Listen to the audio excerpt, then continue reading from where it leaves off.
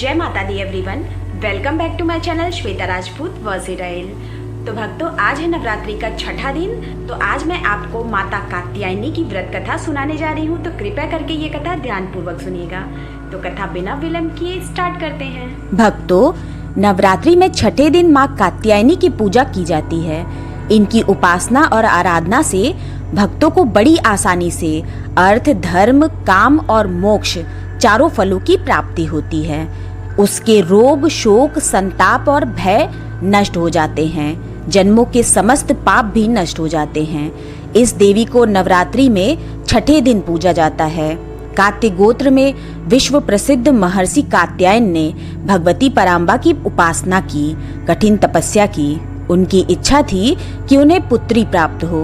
माँ भगवती ने उनके घर पुत्री के रूप में जन्म लिया, इसलिए ये देवी कात्यायनी कहलाई।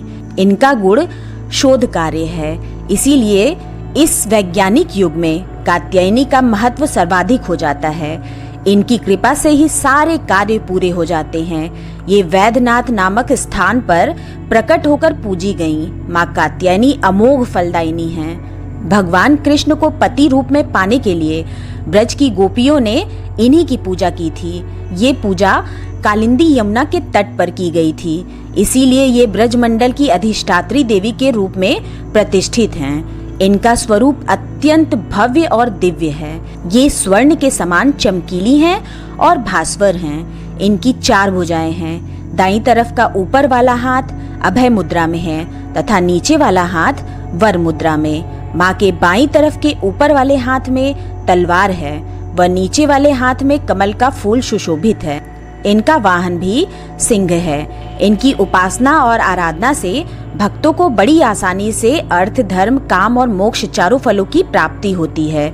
उसके रोग, शोक, संताप और भय नष्ट हो जाते हैं। जन्मों के समस्त पाप भी नष्ट हो जाते हैं। इसीलिए कहा जाता है कि इस देवी की उपासना करने से परम पद की प्राप्ति होती है। भक्तों, एक पौराणिक कथा के अनुसार एक वन्मीकत नामक महर्षि थे। उसका एक पुत्र कात्य था। इसके बाद कात्य गोत्र में महर्षि कात्यायन ने जन्म लिया। उनकी कोई संतान नहीं थी। उन्होंने माँ भगवती को अपनी पुत्री के रूप में पाने के लिए कठोर तप की थी। माँ भगवती ने महर्षि कात्यायन की तपस्या से प्रसन्न होकर उन्हें साक्षात दर्शन दिए। तब कात्यायन ऋषि ने माता को अपनी मनसा बताई। इस पर देवी भगवती ने वचन दिया कि वो उनके घर में पुत्री के रूप में अवश्य जन्म लेंगी। फिर एक दिन तीनों लोकों पर महिषासुर नामक दैत्य का अत्याचार बढ़ गया। देवी और देवता उसके कृत्य से परेशान हो गए। उसी समय ब्रह्मा, विष्णु और भगवान शिव के प्रभाव से माता का महर्षि कात्यायन के घर जन्म हुआ। इसलिए माँ के इस स्वरूप को कात्यायनी के नाम से जाना जाता है। कात्यायन ऋषि ने माता के जन्म के बाद सप्तमी, अष्टमी और नवमी 3 दिनों तक माता की पूजा की। तत्पश्चात दशमी के दिन माँ कात्यायनी ने महिषासुर नामक दैत्य का वध कर तीनों लोगों को उसके अत्याचार से बचा लिया। तो बोलिए अम्बे मात की जय। तो भक्तों, मेरे द्वारा सुनाई गई कथा अगर पसंद आई हो तो मेरे चैनल को सब्सक्राइब कर ले और बेल आइकन प्रेस करना बिल्कुल ना भूले, जिससे मेरे आगे आने वाले लेटेस्ट वीडियो की नोटिफिकेशन आपको तत्काल मिल सके। मेरे वीडियो को लाइक एंड कमेंट्स भी करें। मेरे वीडियो को अपने फेसबुक, व्हाट्सएप, इंस्टाग्राम पर शेयर करना बिल्कुल ना भूले। तो भक्तों, यहीं मैं अपना वीडियो समाप्त करती हूँ। मिलते हैं नेक्स्ट वीडियो में। जय माता दी।